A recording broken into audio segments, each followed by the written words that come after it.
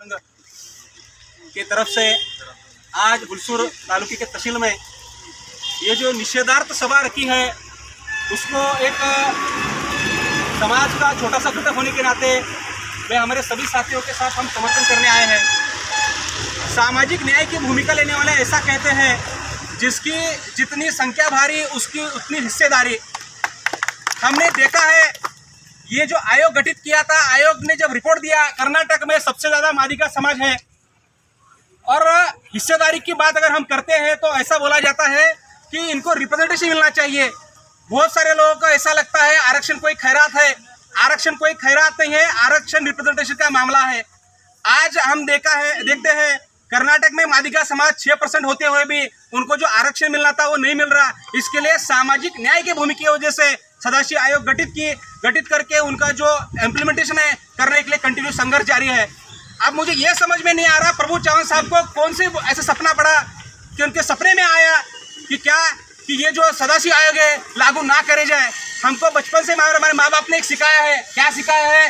जिस थाली में खाते हैं उसमें छेद नहीं करना, जिस थाली में खाते हैं उसमें छेद नहीं करना।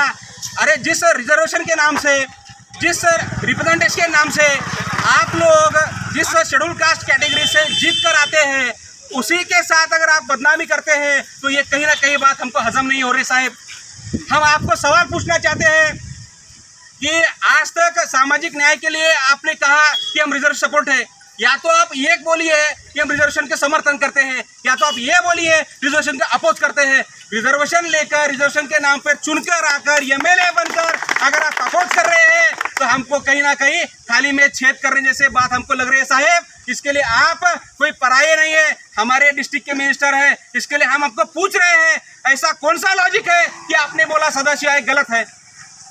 दूसरी बात, जब 1961 में जब लैंड रिफॉर्म बिल तैयार हुआ था, तैयार होने के बाद मैसूर कर्नाटक में जो लोग थे उन्होंने संघर्ष किया, उनको रिप्रेजेंटेशन मिला, उनको न्याय हक मिला। लेकिन हमारे भाग के लोग गरीब थे, इनको एजुकेशन में बैकवर्ड थे, इनके लिए उनको संघर्ष कर नहीं सके।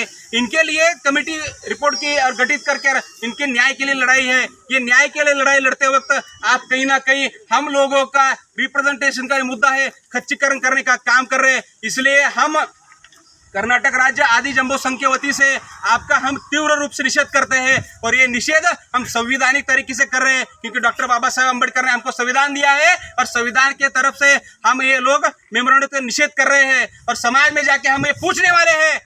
और रही बात, हम हमारे जो भाई है शेड्यूल कास्ट में जितने 101 जातियाँ कर्नाटक में आती है और कर्नाटक की जो प्रमुख जातियाँ हैं, मांग हो, महार होने दो, लंबाणी होने दो, वो सब भी हमारे भाई है। उनसे भी हम रिक्वेस्ट करके ये आयोग क्या है उनको बोलने वाले, और हमको गारंटी है जिस दिन हम उनको बोलेंगे कि ये हमारी मांगनी किसी जाति और धर्म के खिलाफ नहीं, ये मांगनी हमारी सामाजिक न्याय के लिए, हमें गारंटी है। लंबाणी भाई भी हमारे साथ आकर इस आंदोलन में शामिल होंगे। उसको हम ज़्यादा बात नहीं करें, इतना ही कहूँगा। प्रभु चौहान साहब, आपको जल्द से जल्द विश्वगुरु बसवण्णा की जो कर्मभूमि है, बसवण्णा के माध्यम से आपको जल्द से जल्द इसका ज्ञानोदय होगा, ऐसा बात करते हुए हम ऐसा मांगनी करते हैं। आपने जो स्टेटमेंट दिया है तुरंत वापस लेकर फिर एक बार सदाशिव आयोग आप पढ़ने के बाद आपको समझ में आएगा कि आप ये भारत में जो शोषित समाज है, शोषित समाज को रिप्रेजेंटेशन देना संविधान में है। संविधान में रिप्रेजेंटेशन की वजह से हमने ये आयोग गठित किया था। आयोग की जो रिपोर्ट आई है, रिपोर्ट को आप लोग समर्थन करना, ये सामाजिक न्याय की भूमिका है। ये जिस थाली में खाते हैं उसका एहसान अदा करने की भूमिका है। ये भूमिका आप लेंगे, ऐसा बोलते हुए मैं अपनी 2 बात समाप्त